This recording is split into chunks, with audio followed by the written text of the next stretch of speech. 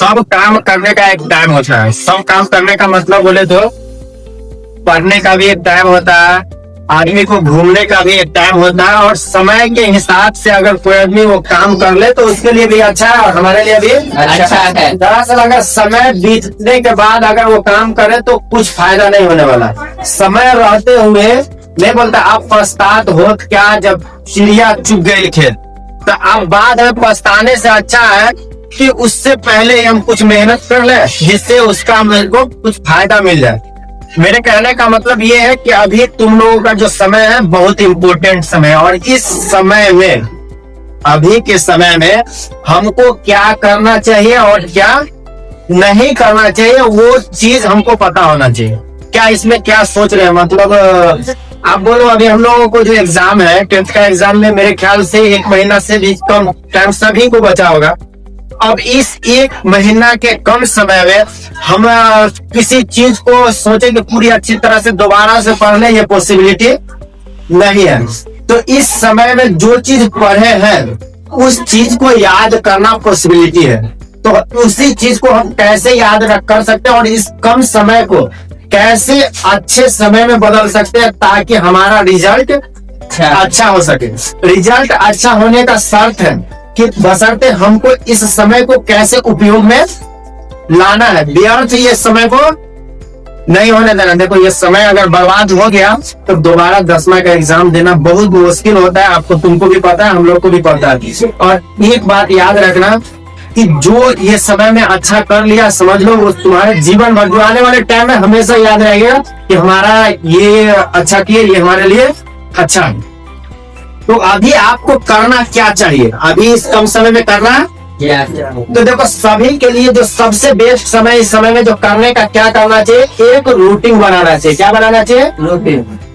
Routine कहने का मतलब क्या है कि अभी आपको किसी एक सब्जेक्ट को लेकर के पूरे दिन मैथ है तो मैथ को पकड़ के नहीं बैठ सकते, या साइंस है तो उसी को पकड़ करके नहीं बैठ सकते। क्योंकि सभी सब्जेक्ट जितना है, जो मैथ है या साइंस है, जो भी सब्जेक्ट है, उर्दू है या हिंदी है, सभी इक्वल इम्पोर्टेंट है।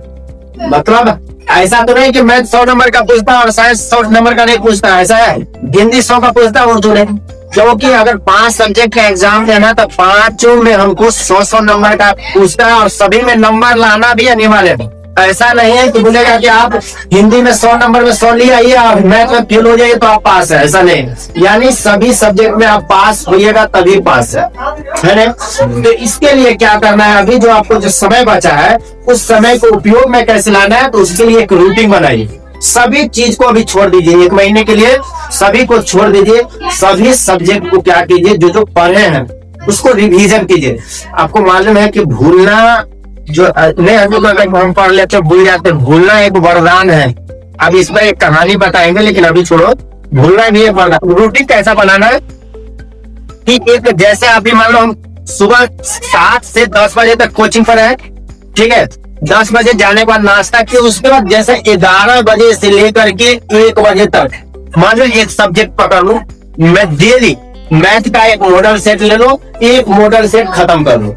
वो मॉडल सेट में कौन सा क्वेश्चन अभी भी हमसे बन रहा है, कौन नहीं बन रहा है, नहीं बन रहा है तो क्यों नहीं बन रहा है, वो तो एक बना सकते हो ना। फॉर्मूले की वजह से नहीं बन रहा है, या हमको अभी भी कुछ कमी है, या ये सब ये क्वेश्चन में क्यों नहीं बन पा रहा है, मतलब इतना सभी जैसे एक सेट बनाओगे ना तो अपने आप ऑटोमेटिक अंदाजा लगेगा। तो उस तरह से 2 घंटा कम से कम डेली मैथ के 2 या 3 घंटा, मैथ में थोड़ा ज्यादा समय क्योंकि वो कैलकुलेशन वाला सब्जेक्ट है, टाइम लेता है। डेली समय ले लो मैथ में 2 घंटा या 3 घंटा डेली। कुछ भी होने दो, कुछ काम होना है नहीं होना है, मैथ के लिए 2 या 3 घंटा रहेगा। उसके बाद दूसरा नंबर पे ले लेना डेली हिंदी। उसके बाद ले लेना जो उर्दू रखा उर्दू ले लेना, जो मैथिली रखा मैथिली ले लेना। उस सब में डेली 1 घंटा समय लेना। डेली इसमें भी 1 घंटा समय लेना, आज से डेली इसमें भी 1 घंटा समय लेना। चाहे कुछ भी हो जाए लेकिन 1 घंटा समय इस समय होना चाहिए। उसके बाद बचा सोशल साइंस, जो में 1 घंटा समय लेगा, बचा साइंस, इसमें भी 1 घंटा समय लेगा। यानी मैथ में 3 घंटा, बाकी समय 1-1 घंटा कम से कम डेली बेसिस पे लेना है। और उस 1 घंटा में क्या करना है कि आज एक चैप्टर कोई पकड़ लिया मैथ में, जैसे हिंदी में, उस चैप्टर में का देखो कौन क्वेश्चन आंसर जैसे पूछा हो गया, मान लीजिए जो भी नचिकेता या 8वें का हिंदी में जो आप लोग पढ़े हैं, 8वां का हिंदी का पहला चैप्टर का नाम क्या है? तू जिंदा है तो जिंदगी के जीत पे यकीन कर। शंकर सिलेंडर का लिखा हुआ है, तो उसमें देखो कौन कहानी लिखा है, कविता के लेखक कौन है, पाठ का मतलब जो लेखक कौन लिखा कौन है, कहानी के लेखक का नाम क्या है, ये सारांश है या ये कहानी है, मतलब ये कहानी है कविता, उस पे भी 5 नंबर मिनिमम आएगा, 10 नंबर भी आ सकता है, क्यों ऑब्जेक्टिव में उसका मिलान करे ऐसा करके क्वेश्चन है। तो वो देखो उसमें याद है नहीं याद है, एक कहानी पढ़ो, उस कहानी के ऊपर उस चित्र का कितना, मेरे ख्याल से 2 से 4 दिन पढ़ोगे तो पूरा हिंदी खत्म हो जाए। उसके बाद हिंदी पे मेन ध्यान देना, एक दिन पकड़ लेना व्याकरण, 1 घंटा सिर्फ व्याकरण पढ़ना। व्याकरण से फायदा क्या होगा, हिंदी में भी सेम लगभग मिलता जुलता रहेगा, उर्दू में भी रहेगा, 2 सब्जेक्ट पे। उसका डेली सोशल साइंस में एक चैप्टर पकड़ो, उसका ऑब्जेक्टिव देखो कि पहला चैप्टर का कितना ऑब्जेक्टिव हमको बनता है नहीं बनता। उसी तरह आप क्या करना, साइंस का देखना है, साइंस में एक दिन फिजिक्स पकड़ो, एक दिन केमिस्ट्री पकड़ो, एक दिन बायोलॉजी पकड़ो, इस तरह करके आज से रूटीन बनाना। रूटीन बनाना मतलब एग्जाम से 10 दिन पहले या 5 दिन पहले सभी सब्जेक्ट का 100% अपने तरफ से मतलब कॉन्फिडेंस होना चाहिए कि रिवीजन हो गया, मैं एग्जाम में कुछ भी आएगा तो लिख दूंगा और बना दूंगी। अगर आपको खुद कॉन्फिडेंस हो गया तो कोई भी एग्जाम आपको रोक नहीं सकता। आपके अंदर खुद ही कॉन्फिडेंस जब नहीं आएगा तो दिक्कत होने वाला।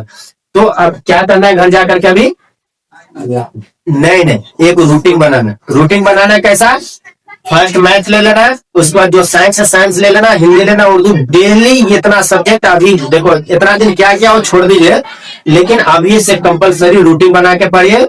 और रूटीन भी वो चैप्टर वाइज पढ़िए, या आपको जैसा जिसको चैप्टर वाइज अच्छा लग रहा है चैप्टर वाइज, जिसको क्वेश्चन में अच्छा लगा क्वेश्चन, सभी का फेयर का कॉपी है उससे पढ़िए, सभी ऑब्जेक्टिव क्वेश्चन को पढ़िए, लेकिन विदाउट रूटीन का कोई भी नहीं पढ़ना। क्योंकि क्या होगा आपका एक क्या होगा एक बार, और दूसरी बात, पढ़ने टाइम पे मोबाइल हाथ में नहीं लेना। प्रॉब्लम क्या है कि मोबाइल, सबसे बड़ा प्रॉब्लम क्या है कि मोबाइल ले लेगा, काम के लिए लो या कुछ के लिए लो, 1 मिनट के लिए लेगा, फिर कोई वीडियो देखने लगा, फिर दूसरा वीडियो, तीसरा वीडियो, ऐसे करते करते क्या होगा, एक छोड़ो 5 मिनट हो, फिर उसमें 5 मिनट हो, फिर ऐसे 5 मिनट कर करके प्रॉब्लम क्या होता है कि ऐसे करते करते आधा घंटा 1 घंटा निकल जाता है, फिर तो आदमी का माइंड थोड़ा डाइवर्ट हो गया, फिर सोचे छोड़ा आप दूसरा टाइम पढ़ेंगे, कल पढ़ेंगे, मतलब आज का दिन तो हो गया बड़ा, अभी आप लोग के पास रियल में समय नहीं है।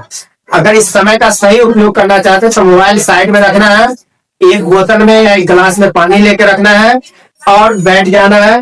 पहला अगर एक सब्जेक्ट पढ़ना, हर एक सब्जेक्ट को खत्म करने के बाद 10 मिनट रेस्ट लेना है, फिर नाश्ता अगर या खाना कुछ खाना तो खाना है, फिर दूसरा सब्जेक्ट पढ़ना है, फिर 10 मिनट रेस्ट लेना है, फिर तीसरा पढ़ना है। किसी को अगर दिन में नींद आता है तो 1 घंटा सो जाना है, लेकिन अभी पढ़ने समय पे मोबाइल का यूज नहीं करना। अभी सबसे ज्यादा वेस्ट चीज है मोबाइल। अगर अच्छा उपयोग कर रहे हो तो सही, लेकिन अच्छा उपयोग नहीं हो रहा हमको मालूम है, क्योंकि अगर मोबाइल देखोगे तो उसमें तरह तरह का ये वीडियो आ गया वो वीडियो आएगा, उसमें समय बर्बाद हो जाएगा। हो सकता है पढ़ते पढ़ते कितना को नींद आ जाएगा, वो भी दिक्कत नहीं। अगर पढ़ते समय नींद आ गया ना, पढ़ते पढ़ते सो जाओ, जैसे जो को पढ़ो और अच्छे से समझ में आएगा। आप हर बार पढ़ो सो जाओ तो अलग बात है, लेकिन पढ़ते पढ़ते विदाउट, आज से सभी आदमी को क्या करना है, रूटीन बनाना, रूटीन बना करके पढ़ना है। क्या बोलते हैं, क्या बोल रहे हो, ठीक है ना, आज से ठीक है।